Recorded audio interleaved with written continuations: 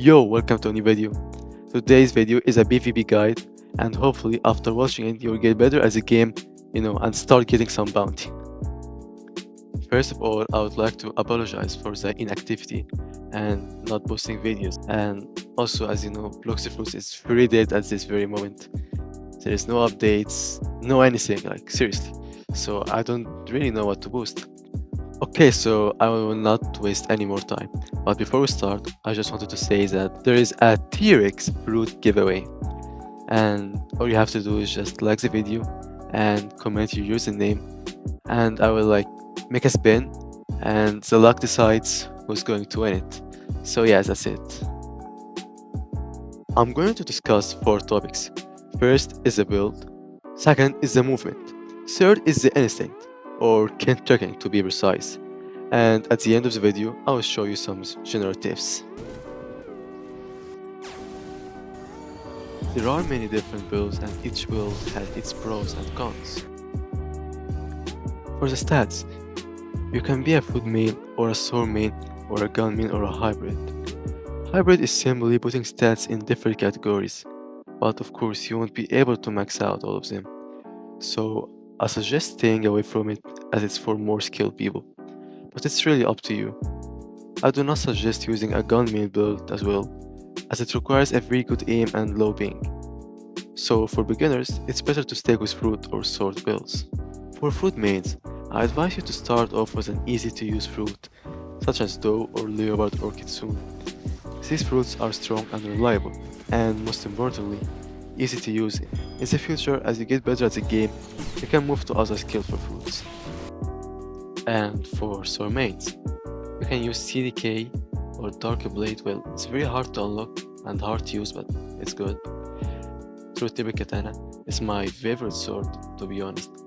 So I really suggest using it, but it's very hard to unlock, so if you don't have time to get it, yeah, it's alright. Fox Slam as well, and Shark Anchor, and Spiked Trident, and Gafty Cane, all of these are very good swords and will be just fine with you. If you don't have any of these mythical or legendary swords, there are other swords that are still legendary and are much easier to unlock, such as Midnight Blade or Seidi and Goku and Shisui and Toshita and Wando and Yama, and all of these are very good as well for PvP. But I know they are not as good as swords I mentioned in the start, but they are very good as well. So yeah, it's okay.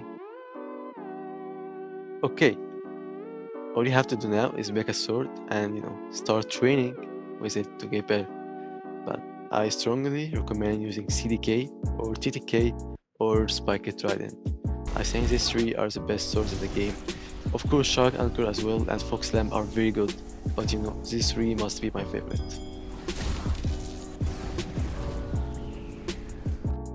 And for guns, you are probably not going to be a gun main, but you still need to use guns.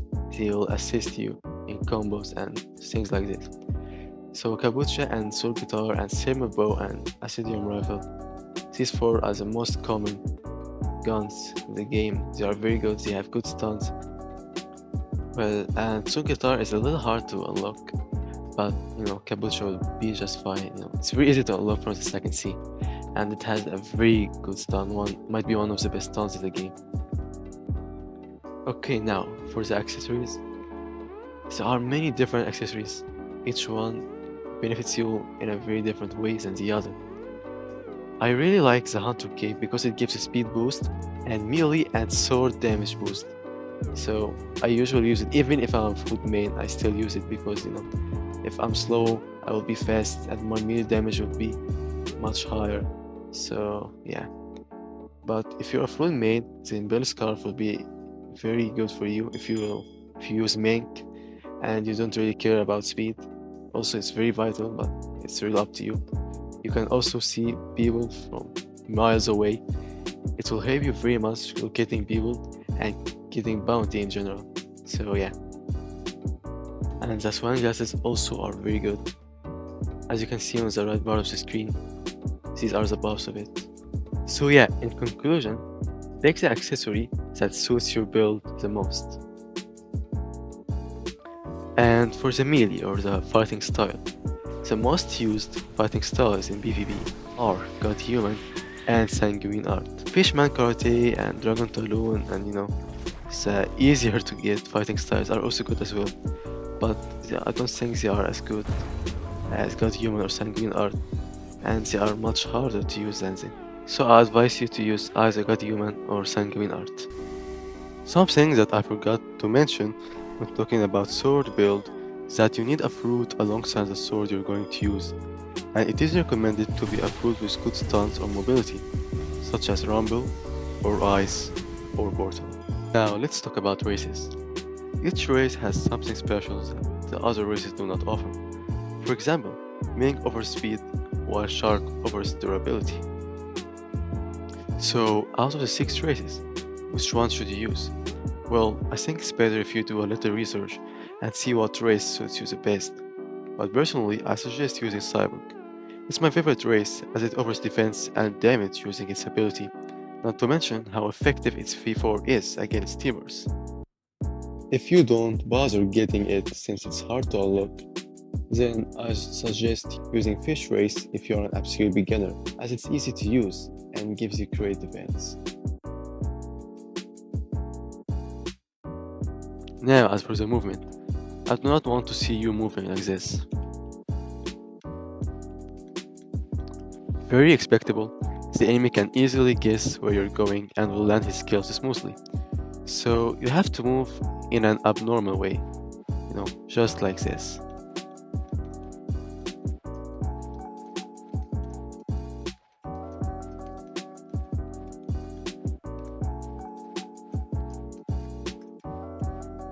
Of course, you don't have to always move like this, but you have to do it every now and then so you confuse the enemy.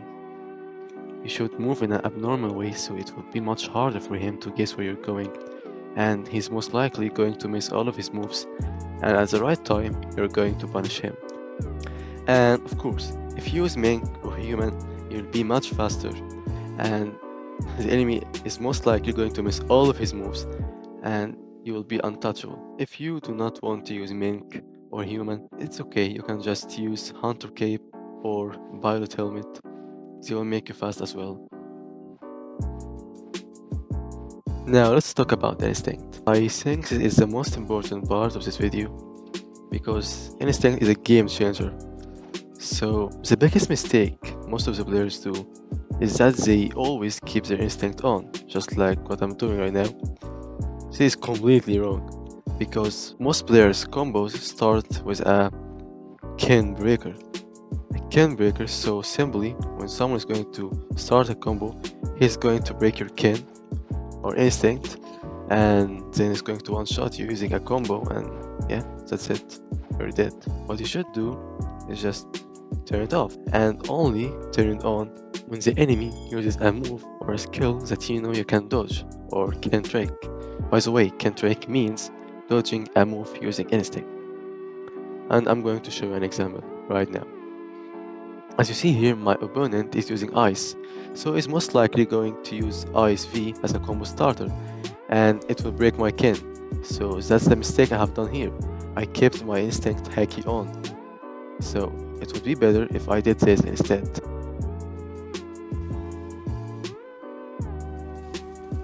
As you see in this clip, he turned his Haki on after I used my kin breaking moves. So now my combo is ruined and he survived it easily. So that's what you have to do. This is called kin tricking. So in conclusion, don't keep your instinct Haki always on. Only use it when the enemy uses a move you know you can trick. I advise you to check Blox Fruits wiki on the internet to learn more about skills nature and to know what skills you can trick and what skills you cannot. Now let's talk about the general tips. First thing is how to improve your performance and get more FPS. This is going to be very helpful while playing. First thing, go to Roblox settings and decrease your graphics.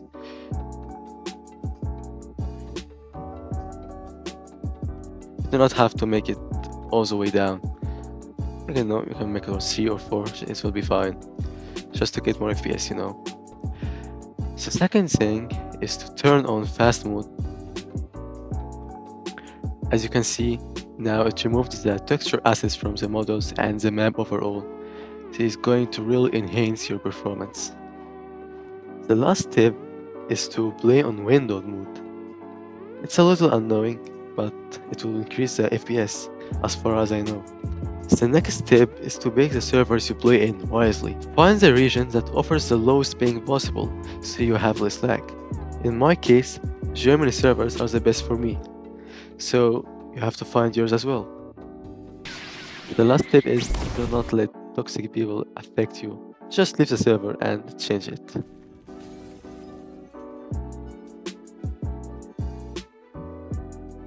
So yeah guys, that was it for today. If you enjoyed the video, do not forget to like and subscribe for more videos. And also do not forget to participate in the giveaway. Comment down your username below and hopefully you might win. Who knows? And see you soon.